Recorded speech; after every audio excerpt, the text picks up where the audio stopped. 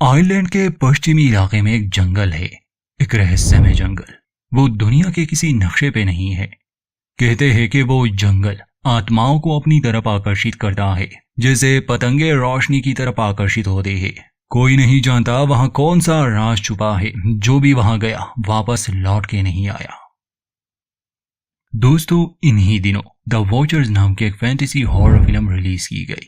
M night शैमलन जैसे महान film निर्माता को आप जानते होंगे। ये फिल्म द वॉचर उसकी बहन इशाना शैमलन ने डायरेक्ट किया है। फैंटेसी की जॉनरा में ये बेहतरीन है। कहानी को समझने के लिए अंत तक जरूर देखिए। फिल्म की कहानी शुरू होती है एक रहस्यमय जंगल से। उसी जंगल में फंसा एक आदमी निकलने की कोशिश कर रहा था। दिशा समझना मुश्किल था, इसलिए वो सूरज को देखते हुए आगे बढ़ रहा था। मगर शाम होने को थी।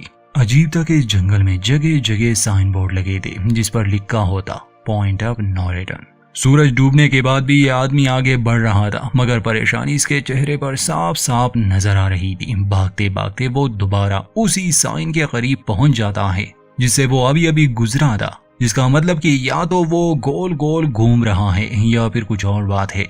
अंधेरा होने से पहले ही पेड़ों से सभी पक्षी उड़ जाते हैं। यह आदमी समझ चुका था कि अब वो इस जंगल से निकल नहीं सकता। छुपने के लिए कोई जगह थी नहीं, इसलिए वो एक पेड़ पर चढ़ने लगा। बस किस्मत थी कि वो ऊंची जगह से नीचे गिर गया। अब अंधेरा हो चुका था और फिर कोई चीज इस आदमी को खींच लेती है। हमें अंत में बस इसकी दर्द भरी चीखें ही सुनाई देती है। 6 दिन बाद अब हम मिलते हैं मीना नाम की एक अमेरिकन लड़की से। मीना आयरलैंड आई है और इन दिनों वो एक पेट स्टोर में काम करती है। मीना हमें ज्यादा खुश दिखाई नहीं देती। शायद उसकी जिंदगी में कुछ हो चुका था। वो अकेली भी थी, ज्यादा दोस्त या बॉयफ्रेंड नहीं था उसका।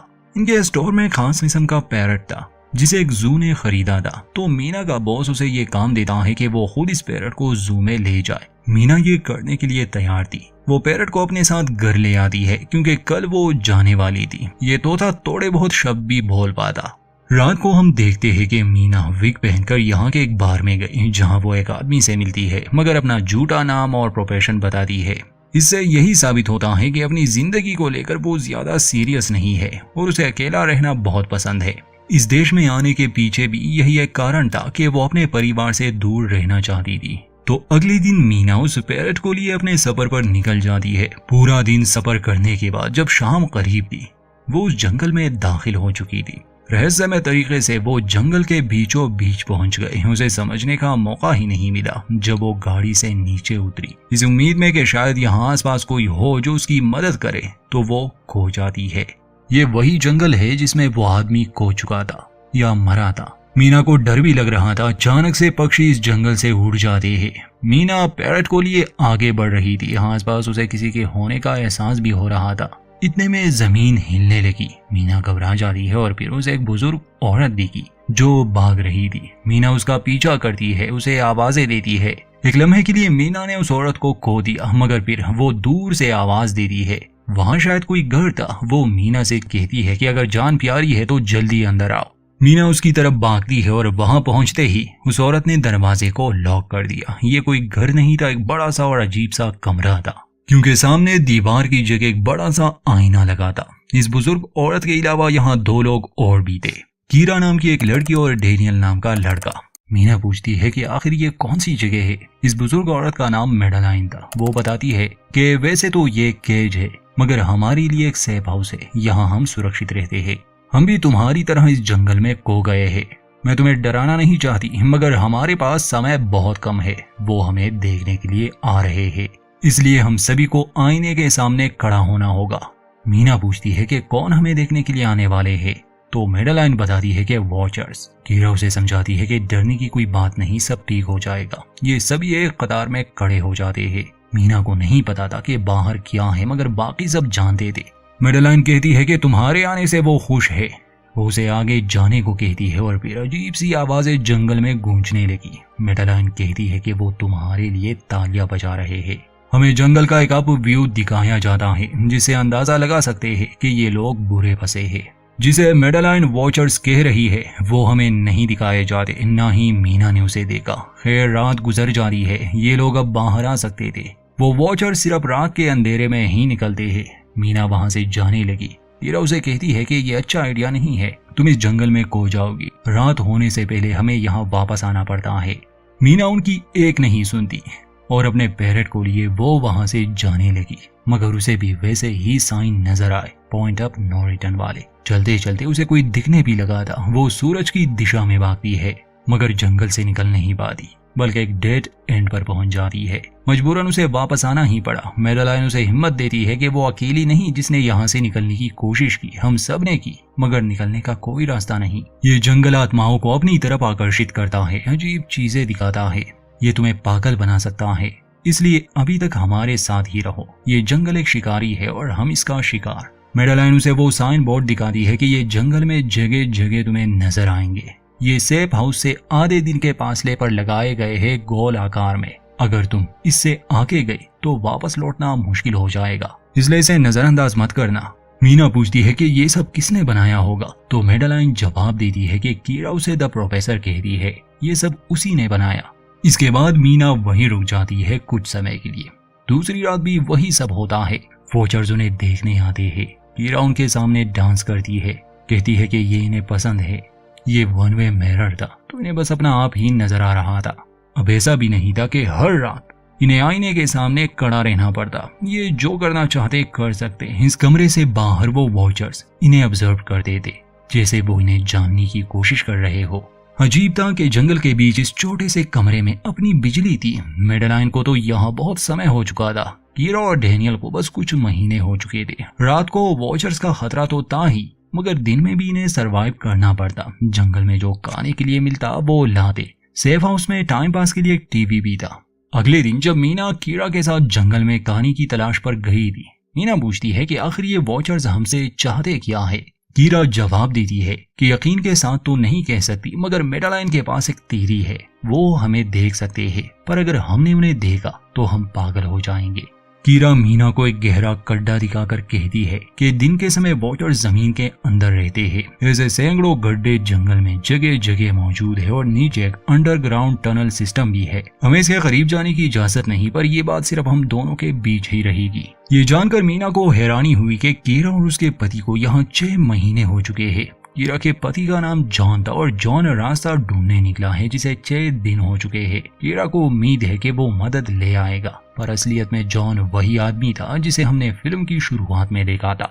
बाद में मेडालाइन, कीरा और डैनियल मीना को कुछ नियम समझाते हैं कि अगर उसे जिंदा रहना है तो ये नियम मानने होंगे। पहला नियम था कि रात के समय वो आईने को पीठ नहीं दिखाएगी। दूसरा नियम था कि अंधेरा होने के बाद वो दरवाजा नहीं खोलेगी। तीसरा नियम, वो कभी भी उन गड्ढों के करीब नहीं जाएगी, उसे हमेशा रोशनी में रहना होगा। उस रात जब सभी सो रहे थे तो मीना आईने के साथ कान लगाकर कुछ सुनने की कोशिश करती है कि बाहर कौन हो सकता है। उसे जब कोई आवाज नहीं आई तो वो एक नियम तोड़ देती है। वो आईने की तरफ पीठ दिखा देती है, जिससे वॉचर्स भड़क गए। वो जोर जोर से उस ग्लास को मारने लगे। मेडालाइन उसे उनके सामने खड़े रहने को कहती है ताकि उनका गुस्सा शांत हो जाए। बाकी सबकी तरह मीना यहाँ फंसना नहीं चाहती थी। तो अगले दिन जब वो डैनियल के साथ शिकार पर गई थी तो वो डैनियल से पूछती है कि क्या आज तक तुमने किसी वॉचर को देखा। उसका जवाब था कि नहीं, आज तक तो मैंने किसी को नहीं देखा। उसके दिल में भी शक था कि शायद ये मेडालाइन की बनाई हुई कोई कहानी है। तो डैनियल को मनाकर वो उस गड्ढे के अंदर चली गई। ये काफी गहरा था। डैनियल भी सच जानना चाहता था कि आखिर वहाँ नीचे है क्या। मीना को वहाँ बहुत सा सामान मिलता है, इंसानी सामान जो यहाँ फंसे हुए लोगों का रहा होगा। वहाँ एक कैमरा था, एक साइकिल था और कुछ और सामान। रस्सी के सहारे मीना और डैनियल कुछ सामान को ऊपर ले आते हैं, मगर फिर मीना को अंधेरे में कुछ दिखा जो रोशनी में नहीं आ सकता था। ये सामान लिए वो मेडालाइन के पास आते हैं, मगर उसे सच नहीं बताते कि मीना नीचे गई थी, बल्कि कहते हैं कि ये सामान हमें जंगल में मिला। मेडालाइन को यहाँ बहुत समय हो चुका था। वो जानती थी कि ये उन्हें कहाँ मिला होगा। वो कई बार मीना से पूछती है कि बताओ तुमने क्या देखा, मगर मीना सच नहीं बताती। साइकिल को लाने का मकसद यही था कि वो कम समय में ज्यादा सफर तय कर पाएंगे। जो कैमरा मीना को मिला था उसे डेनियल एक सीसीटीवी कैमरा बनाकर बाहर लगा देता है जिससे वो वॉचर्स को देख पाएंगे। मेडेलाइन उन्हें नहीं रोकती मगर उसे पता था कि इसका अंजाम बुरा होगा। रात को ये सभी बैठे हुए थे मगर अभी तक वॉचर्स नहीं आए थे, बल्कि दरवाजे पर दस्तक हो रही है। जो भी बाहर था उसकी तस्वीर साफ नहीं दिख रही थी। ऐसा पहले कभी नहीं हुआ। फिर वो जॉन की आवाज में बात करने लगा। अपने पति की आवाज सुनकर कीरा दरवाजा खोलना चाहती थी मगर मेडेलाइन उसे रोकती है कि ये जॉन नहीं हो सकता।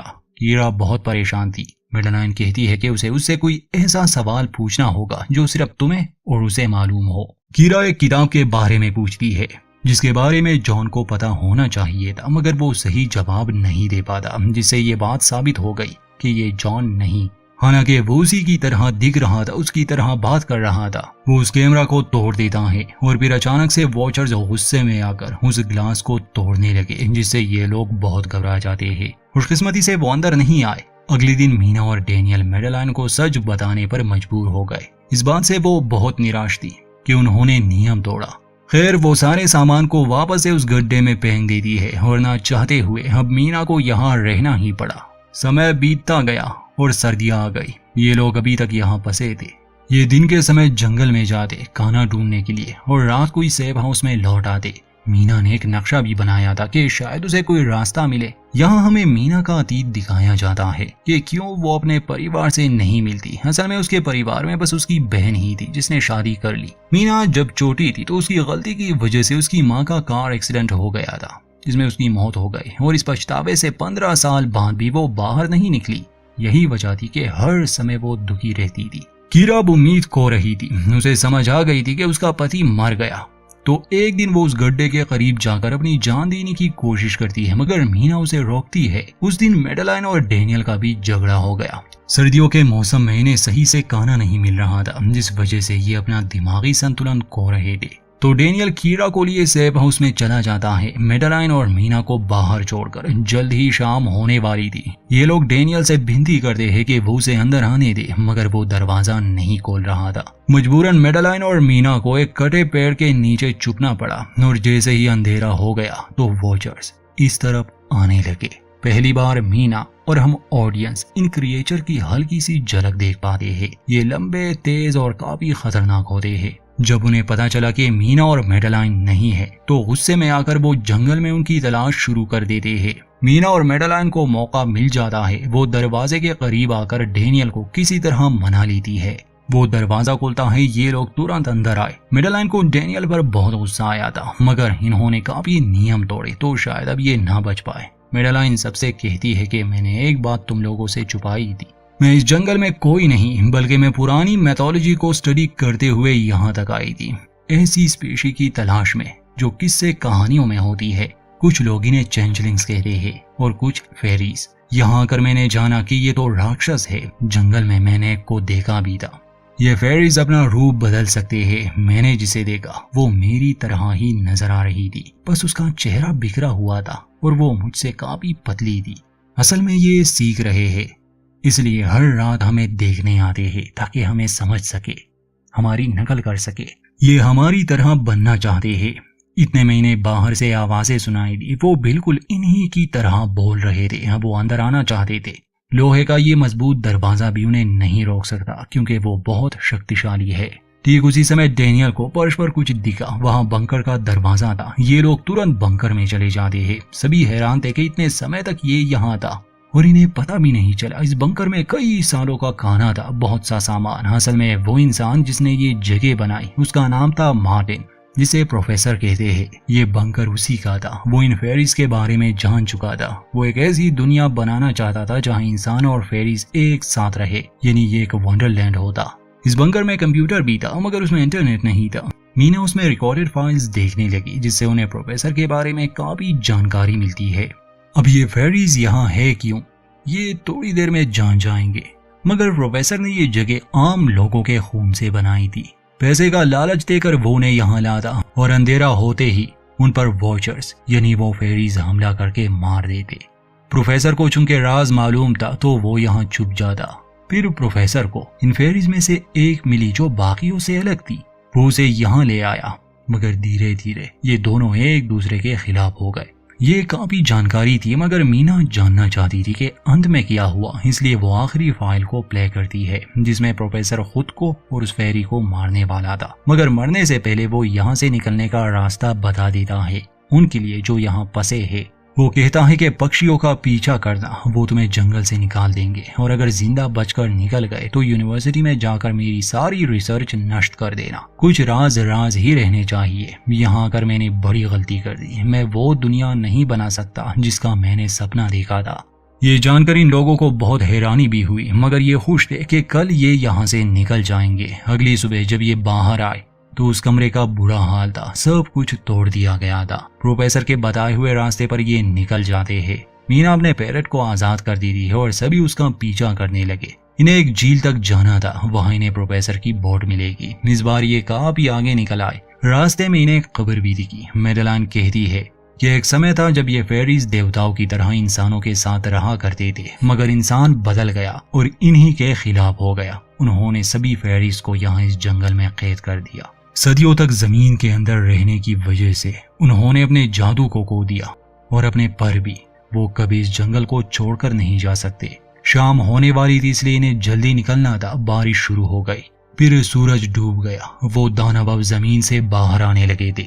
ये लोग झील तक तो पहुंच गए, इन्हें बोट भी मिल गई, मगर डेनियल को जॉन दिखा जो जख्मी था। वो पीछे रह गया बाकी सबसे, क्योंकि वो जॉन की मदद करना चाहता था, पर असलियत में वो कोई जॉन नहीं था बल्कि रूप बदलने वाली फेरी थी। बाकी उसे बचा नहीं पाते। वो डेनियल के माथे पर एक निशान बनाकर उसे खत्म कर देते हैं और अब उसने डेनियल का रूप ले लिया। ये फेरीज नदी पार नहीं कर सकते, इसलिए इन्हें मौका मिल जाता है और बोट के सहारे ये उस अजीब जंगल से निकल आते हैं। अगली सुबह इन्हें एक बस मिली जिससे ये शहर आए। कुछ दिन बाद मीना उस यूनिवर्सिटी में जाती है जहाँ प्रोफेसर की सारी रिसर्च थी, जैसे कि उसने कहा था कि उसे नष्ट करना ही सही है ताकि कोई भी उस जंगल में ना आए। मीना उसे नष्ट करने भी आई थी, मगर उसे कुछ नई बातें पता चली। हजारों साल पहले ये फेरीज इंसानों के साथ रहा करती थी। ये एक दूसरे का बहुत ख्याल रखते थे, यहाँ तक कि इंसानों से इनके बच्चे भी हुए। इसके अलावा मीना को वहाँ कुछ तस्वीरें मिली जिसमें प्रोफेसर की पत्नी असल में मैडेलाइन थी। यही जानकारी लिए वो कीरा से मिलने आती है। तो असल में प्रोफेसर की पत्नी मैडेलाइन